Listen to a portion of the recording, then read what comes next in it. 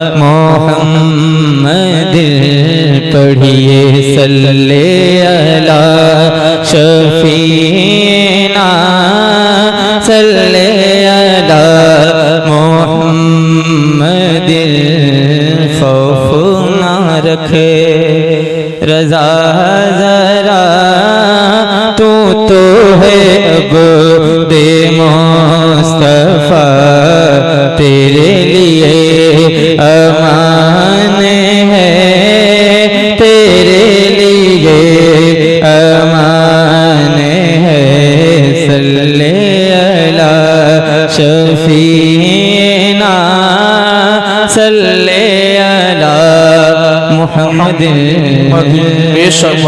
सुभान अल्लाह दुरूशी पढ़े अल्लाहुम्मा सल्ली अला सय्यदना शफीना मौलाना मुहम्मद बारिक वसल्लम सलातो व सलाम अलैका या रसूलुल्लाह सल्लल्लाहु तआला अलैहि वसल्लम। स्टेज पे रौनक अफरोज हुजूर से साहब किबला की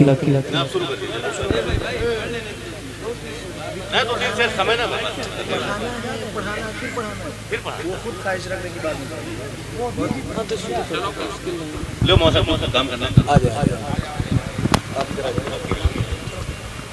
आप ऐलान करें माशाअल्लाह आप फतरात देख रहे हैं उलमाए अहले सुन्नत बस यही अगारो माशाअल्लाह जिस घड़ी का हमें और आपको इंतजार था सवालों जवाब का सिलसिला शुरू होने जा रहा है। आप हजरत का इस्तकबाल कर लें। नारे तकबीर नारे रिसालत मसलके आला हजरत उलमाए अहले सुन्नत नारे तकबीर नारे रिसालत।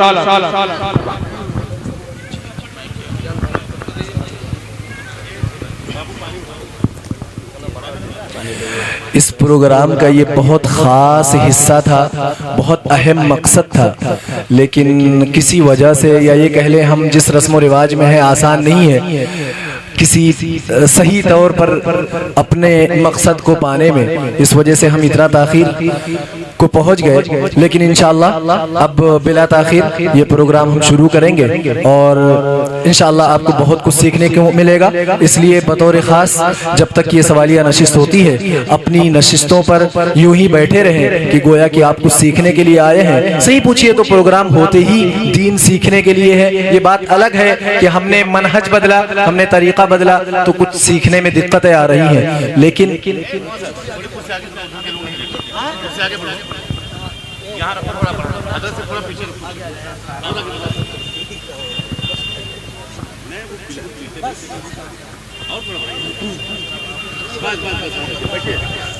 जी तो अब बिला ताख़ीर शुरू करते हैं। हमारे मौलाना अबुल कलाम मिसबाही साहब क़िबला उनके पास कुछ सवालात हैं जो आपके लिए बहुत अहम हैं शरई रहनुमाई के तौर पर। इंशाअल्लाह वो हमारे मुफ्ती अब्दुल मन्नान मिसबाही साहब से पहले सवालात करेंगे और आप बगौर सुने ताकि आपको शरई रहनुमाई हासिल हो।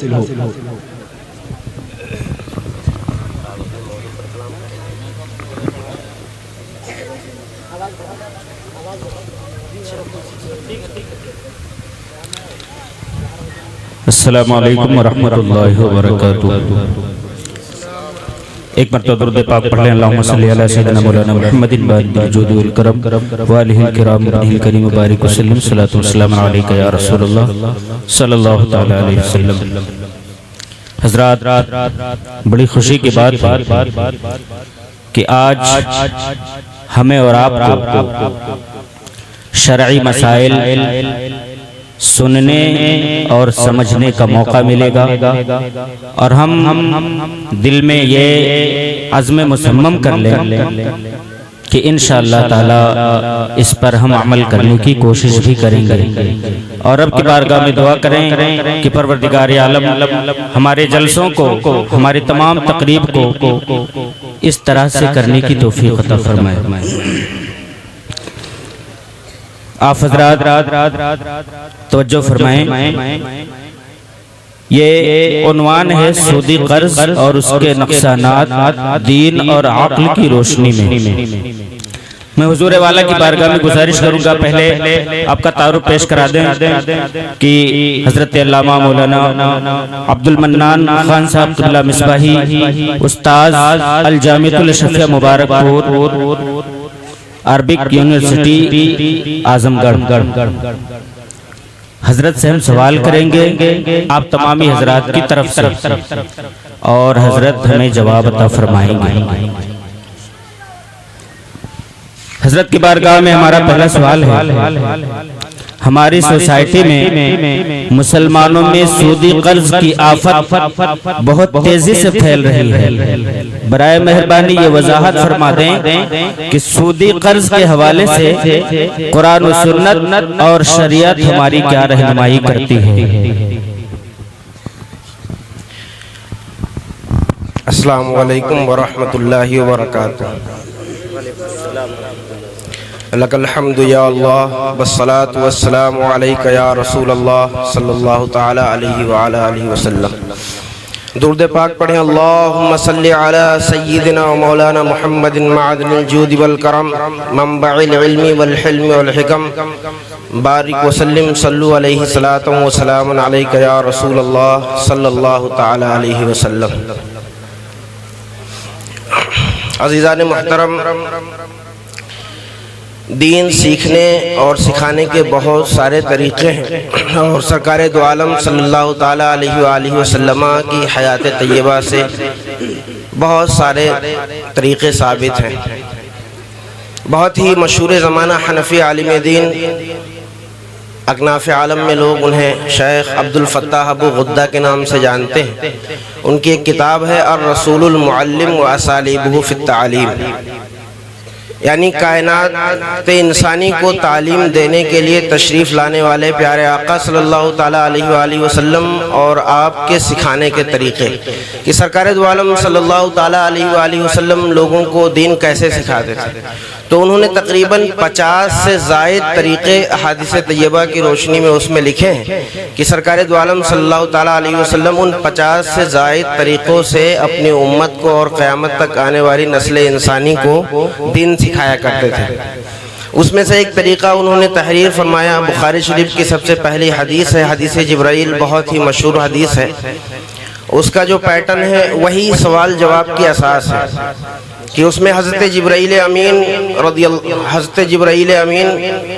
अलैहिस्सलातु वस्सलाम तशरीफ़ लाए एक साइल की सूरत में सरकार दो आलम सल्लल्लाहु अलैहि वसल्लम की बारगाह में हाजिर हुए और उन्होंने सवाल किया ईमान के बारे में, इस्लाम के बारे में, एहसान के बारे में।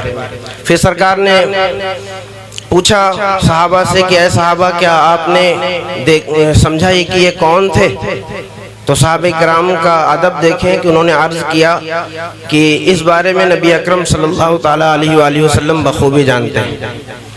फिर आपने खुद ही जवाब देते हुए इरशाद फरमाया, इन्नहु जिब्राइल अताकुम युअल्लिमुकुम दीनकुम, कि अभी जो आपके सामने सवाल कर रहे थे साइल के तौर पर, ऐसा लगता था कि जैसे इन मसाइल के बारे में इन्हें कुछ पता नहीं। यह हकीकत में बसूरत साइल हज़रत जिब्राइल अमीन अलैहिस्सलातु वस्सलाम हाजिर हुए थे और इनके आने का सिर्फ मकसद ये था, अताकुम युअल्लिमुकुम दीनकुम, ये तुम्हारे पास आए थे साइल के तौर पर ताकि तुम्हें तुम्हारा प्यारा दीन सिखा दें। तो सवालिया नशिस्त, क्वेश्चन आंसर का जो तरीक़ा है या डायलॉग की जो सूरत है वो इस हदीस पाक से उसकी असल साबित होती है। तो एक तरीक़ा तो ये मुरव्वजा खिताब का है कि स्पीच दे दी जाए लंबी चौड़ी कि आप उससे दीन सीखें, और दूसरा ये है कि जो बातें तकरीरों में बयान की जाती हैं उन्हीं बातों को सवाल जवाब की सूरत में ढाल लिया जाए, हदीस पाक के आइन फरमान के मुताबिक, सरकार के पैटर्न के मुताबिक, बताए हुए मनहाज के मुताबिक, और उसी तरीके पर दीन सीखा जाए। इस तरीके के बारे में दुनिया में इसके बेशुमार फ़ायदे हैं कि जब आदमी सवाल के बाद उसका जवाब पाता है तो इसके ज़रिए से बात खूब वाज़ेह हो जाती है और दीन सीखने में या जो भी सब्जेक्ट होता है या जो भी उससे रिलेटेड टॉपिक होता है वो बहुत ही ज़्यादा उसका कंसेप्ट क्लियर हो जाता है। तो इसलिए आज का जो ये सेशन है वो इंटरेस्ट बेस्ड लोन और उसके जो नुकसानात हैं अलग अलग एतबारात से, उनसे रिलेटेड कुछ सवालात हैं जो मौलाना साहब करेंगे। उसमें से सबसे पहला सवाल इन्होंने ये किया है कि जो हमारे माशरे में सूदी कर्ज का जो चलन आम होता जा रहा है, और क्या अमीर क्या गरीब, इस तरह से एक सूद का जाल पहले ये शहरों के अंदर बलाएं थी, उसके बाद देहात में, और फिर यहाँ का सरमायादार तबका और यहाँ के महाजन या जो भी मालदार और अहले सरवत हजरात होते हैं, वो अब कर्ज हसना छोड़िए, किसी को ऐसे कोई कर्ज नहीं देना चाहता। सब चाहते हैं कि कुछ न कुछ उसकी बेस पे इंटरेस्ट वसूल करें, और उसकी वजह से नतीजा ये है कि गरीब आदमी मजीद और गरीब होता चला जा रहा है, और जिनके वसाइल पर कब्जे हैं वो वसाइल पर गिरफ्त उनके और मजबूत होती चली जा रही है। हालांकि ये सरासर दीन के खिलाफ है, शरीयत के खिलाफ है, मुरव्वत के खिलाफ है, और इंसानियत के खिलाफ हकीकत में एक बहुत बड़ा जुर्म है, जिसको बहुत मंसूबाबंद तरीके पर हमारे ऊपर मुसल्लत किया गया है, और हम इसकी चक्की में पिसते भी रहते हैं, कराहते भी रहते हैं, लेकिन जो मुब्तला बला होता है वही उसका दर्द समझता है। वजह यह है कि इस टॉपिक पर कभी गुफ्तगू नहीं होती, तो इसलिए हमारे दरमियान इसके हवाले से अवेयरनेस नहीं पाई जाती। हालांकि जितनी शिद्दत के साथ कुरान मुक़द्दस में खुदाए वहदहु ला शरीक ने सूदी कर्ज के हवाले से और सूद को बढ़ावा देने के हवाले से मजम्मत फरमाई है, वो खुद अपने आप में एक बहुत अहम टॉपिक है। अगर कुरान मुक़द्दस की आयात ही को जमा किया जाए एक जगह पर और उन्हीं का मुताला किया जाए तो बहुत सारा मवाद इस हवाले से हासिल होता है।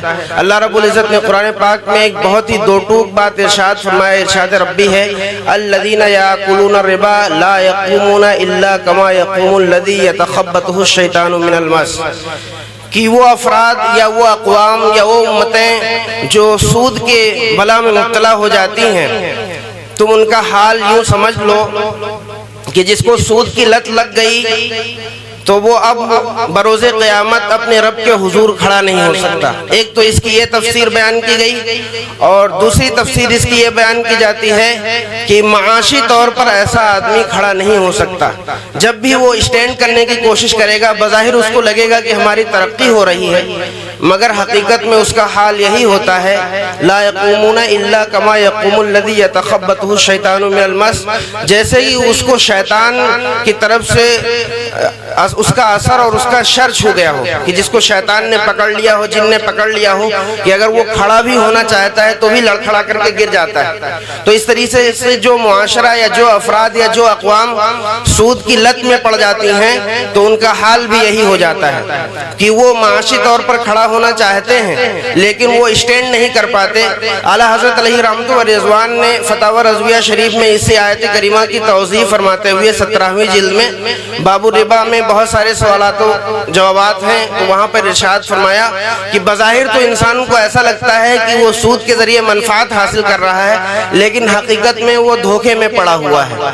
इससे उसका माल बढ़ता नहीं बल्कि एक तरीके से उसका माल घटता है, और वो कभी भी स्टैंड नहीं कर पाता है मुआशी तौर पर। आप देखें बड़े से बड़े आदमी होते हैं, लेकिन जब बैंक करप्ट होते हैं तो फिर उनके सर की छतें भी छिन जाया करती हैं। तो ये कुरान पाक की आयत करीमा वाज़े तौर पर बता रही है। और एक दूसरी जगह पर इरशाद रब्बी अल्लाह रब्बुल इज़्ज़त ने इरशाद फरमाया कि वो लोग जो सूदी मामलात करते हैं और सूद से बाज नहीं आते और इसकी बला में मुब्तला होते रहते हैं, तो याद रखो कि तुमने हकीकत में ये सूद नहीं लिया बल्कि अपने खुदा के खिलाफ ऐलान जंग कर दिया।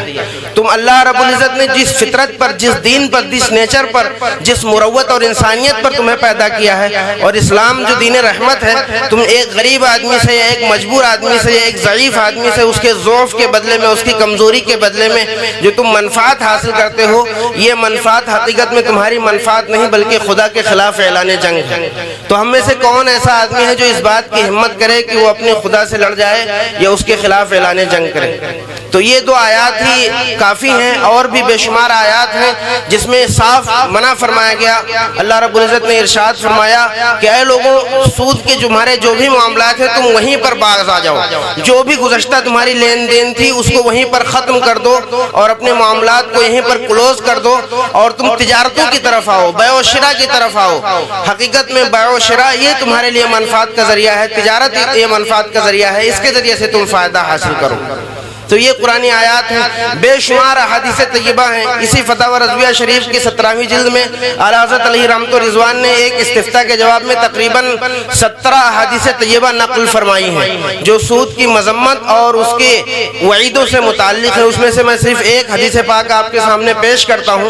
अल्लाह के प्यारे रसूल सल्लल्लाहु ताला अलैहि वसल्लम ने इरशाद फरमाया कि जो बंदे मोमिन सूद के मामलात में पड़ता है तो सूद देने वाला और सूद लेने वाला और जो शख्स राजी होकर उस पर गवाही देता है उस गवाह पर, और जो सूद के कारोबार लिखता है उस शख्स पर, उस पर अल्लाह की भी लानत है, उसके फरिश्तों की भी लानत है और नबी आखिर ज़मां सल्लल्लाहु ताला अलैहि वसल्लम ने ऐसे शख्स को मलऊन करार दिया। तो अब ये सब लानतें हैं, सूद की वईदें हैं। अब गौर करें कि जब इन सब चीज़ों से इतनी सख्ती से मना किया जा रहा है तो हमारी सरकार से इश्क और मोहब्बत का तकाजा ये है कि हम अपने इंटरेस्ट के मामलात ख़त्म कर दें और सूदी मामलात की तरफ जाएं ही नहीं। उसकी वजह से हमारी गुर्बत में मज़ीद इजाफा होगा। हमारी वक्ती तौर पर ख्वाहिशात की तकमील तो हो सकती है बज़ाहिर, लेकिन जो नफ्स का इत्मीनान होना चाहिए, जो दिल का करार होना चाहिए, जो सुकून होना चाहिए, जो मेंटल पीस और उसकी हेल्थ होनी चाहिए, वो सब छिन जाती है और आदमी एक अनारगी की सूरत में अपनी जिंदगी बसर करने लगता है। तो जो कुरान पाक की हिदायत हैं और जो अहादीस तय्यबा से बिल्कुल साफ मफ़हूम वाज़ेह होता है, यही फ़िक़्ह हनफ़ी का भी बाब बना और फ़िक़्ह हनफ़ी में भी यही हुक्म दिया गया कि सूद और रिबा जो है ये मुतलक अपनी तमाम तर सूरतों के साथ हराम है। जो भी चीज़ रिबा है वो हराम है, उससे हर बंदे मोमिन को बाज रहना चाहिए, उससे बचना चाहिए। वल्लाहु ताला आलम व रसूलुहु आलम अज़्ज़ा व जल्ला व सल्लल्लाहु ताला अलैहि व आलिहि वसल्लम। सुभान अल्लाह, माशाअल्लाह, बहुत ही उम्दा जवाब शरीयत मुतहरा की रोशनी में हजरत ने हमें दिया। अल्लाह ताला हजरत की उम्र में, इनके इल्म में और इनके तक़वा में अल्लाह बरकतें अता फरमाए। आप लोग आमीन बोल दो। मेरा अगला सवाल है हजरत अल्लामा मौलाना उबैदुर रज़ा साहब से। सवाल ये है, हालिया दिनों में ऐसी कौन सी मनफातें हैं जो हैं तो सूद, लेकिन हम उन्हें सूद समझते ही नहीं?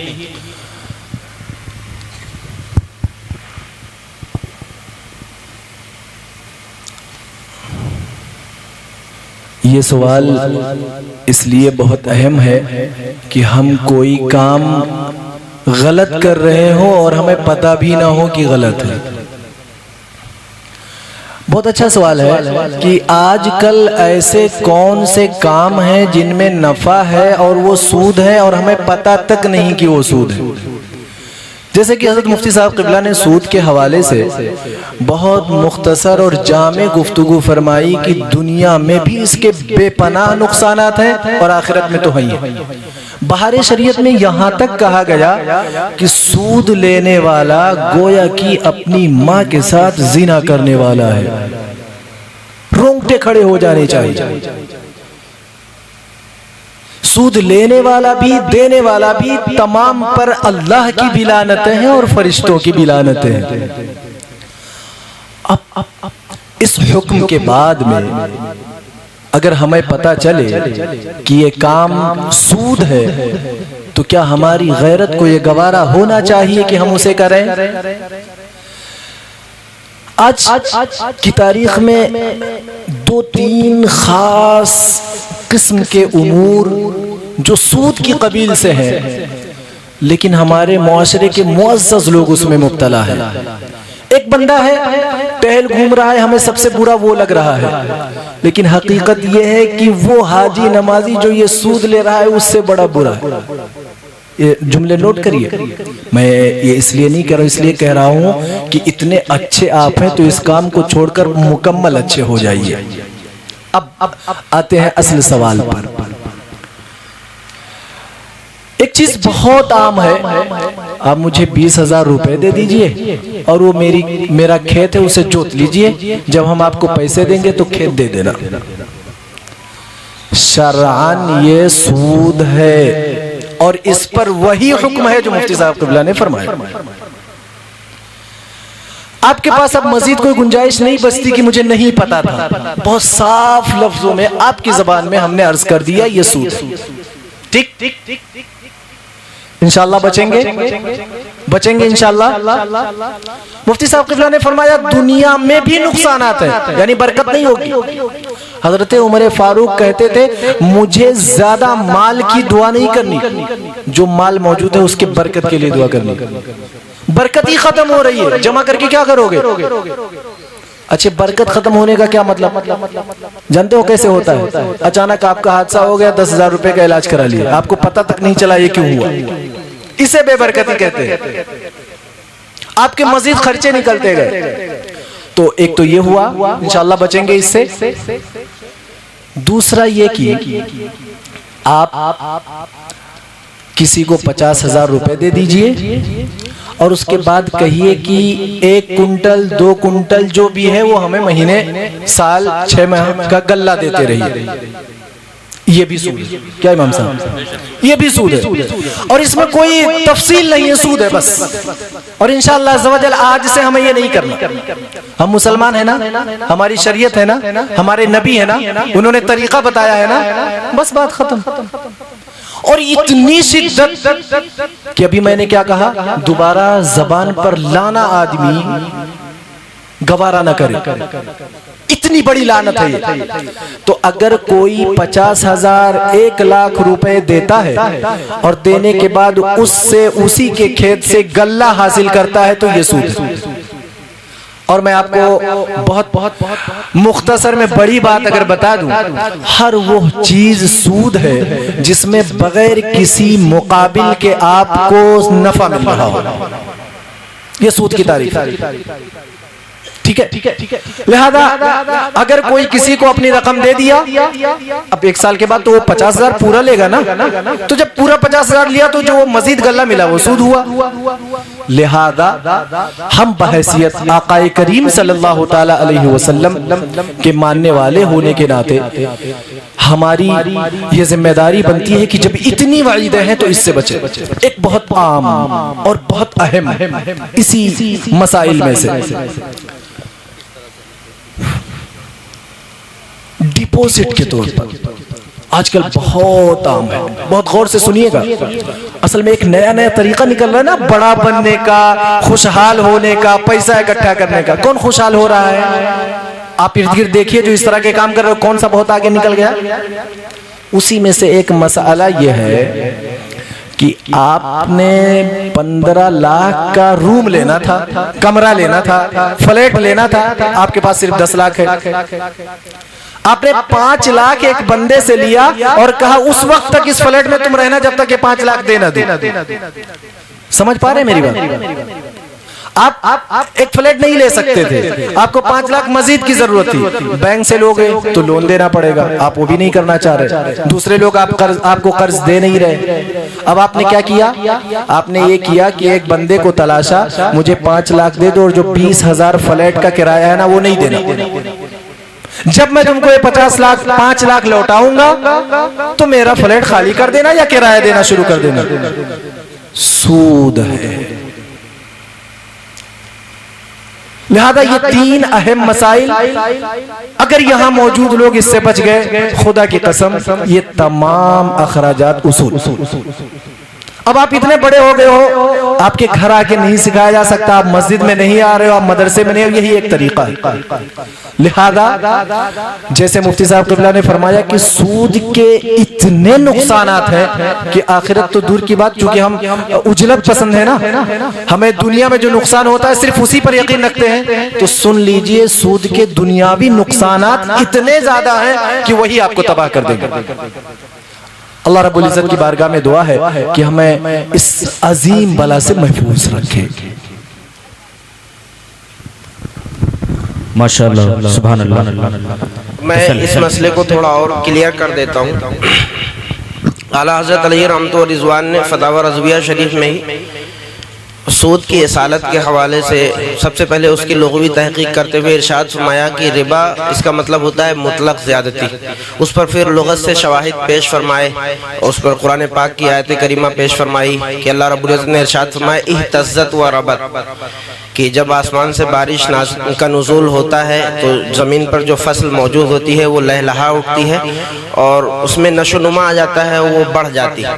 तो रिबा का मतलब होता है मुतलकन बढ़ना, और शरई इस्तिलाह में रिबा का मतलब होता है वो बढ़ोतरी या वो मनफात जो बग़ैर एवज़ के हो, यानी आप उसके मुकाबले में और उसके एवज़ में कुछ दे ना रहे हो, बल्कि बग़ैर एवज़ के कोई आप उससे फ़ायदा हासिल कर रहे हो, अपना इंटरेस्ट उससे निकाल रहे हो, तो वो सूद कहलाता है। इस तनाजुर में अगर आप देखें तो डिपॉजिट में जो रकम दी जाती है घरों के लिए या कमरों के लिए या फ्लैट के लिए कि आप 5 लाख हमें दे दीजिए और आप जब तक चाहिए रहिए इसमें, जब आपकी हम रकम वापस कर देंगे तो फिर आप ये कमरा खाली कर देना, तो ये कई वजहों से फासिद तरीका है।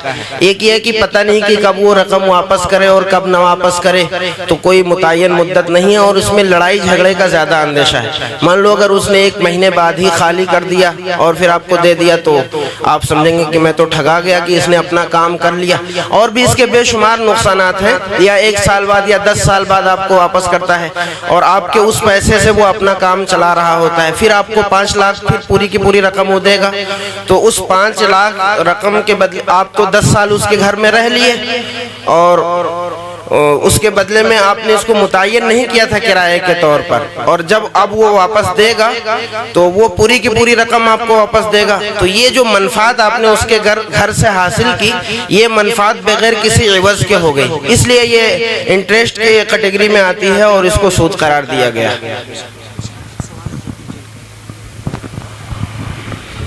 अस्सलामु अलैकुम रहमतुल्लाहि व बरकातुहू। मुझे सवाल इसमें ये करना है कि आजकल जो लोग दुकानों से, शॉप से मोबाइलें लेते हैं या ट्रैक्टर्स खरीदते हैं, मोटरसाइकिलें खरीदते हैं, किस्तों पर खरीदते हैं, क्या मोटरसाइकिलें या मोबाइल या ट्रैक्टर्स जो किस्तों पर खरीदी जाती है क्या सूद के दायरे में आती है? ये भी सवाल बहुत ही अहम है कि अब जो ट्रेड चल रहा है ऑनलाइन या ऑफलाइन, उसमें बहुत सारी सूरतों में EMI करवा दी जाती है कि EMI कटती रहेगी और वो इंटरेस्ट बेस्ड होती है कि वो अपना सूद के साथ फिर वो रकम वसूल करते हैं। तो इस हवाले से जहाँ तक मुझे थोड़ा बहुत फतावा के मुताला का मौका मिला, बर बिनाए ज़रूरत इसकी इजाज़त दी गई है कि आपके पास कोई और जीनत के तौर पर नहीं, अगर आपको ज़रूरत लाहिक है कि आपका काम उससे नहीं चल सकता या ये कि चल तो सकता है लेकिन बहुत मशक्क़त उठानी पड़ेगी, तो बर बिनाए ज़रूरत अगर ज़रूरत शरइया है तो आप EMI पर चीज़ खरीद सकते हैं। उसमें भी ये मलहूज़ रहे कि आप जो सामान खरीद रहे हैं उस सामान से आप उससे ज़्यादा नफ़ा उठा लें जितना कि आप सूद में जो है पैसा पे करेंगे। मान लो आपने 10,000 रुपये का सामान खरीदा ऑनलाइन या ऑफलाइन और जो आपकी EMI कटेगी वो कटेगी 12,000 रुपये, और आप वो जो सामान खरीद रहे हो तब तक के लिए जब तक EMI कटेगी 8-10 महीने में 12,000 आप पे करोगे, लेकिन उससे आप पैसा जो जनरेट करोगे बंदे मोमिन होने की हैसियत से वो 20,000 या 15,000 या जो भी होगा, मतलब जो उसका आप इंटरेस्ट पे करोगे उस इंटरेस्ट की बनिस्बत आपका फ़ायदा ज़्यादा हो जा रहा है। तो अगर इसका ज़न्ने गालिब है, आपको 75% तक ये है या उससे ज़ायद है कि हम इससे ज़्यादा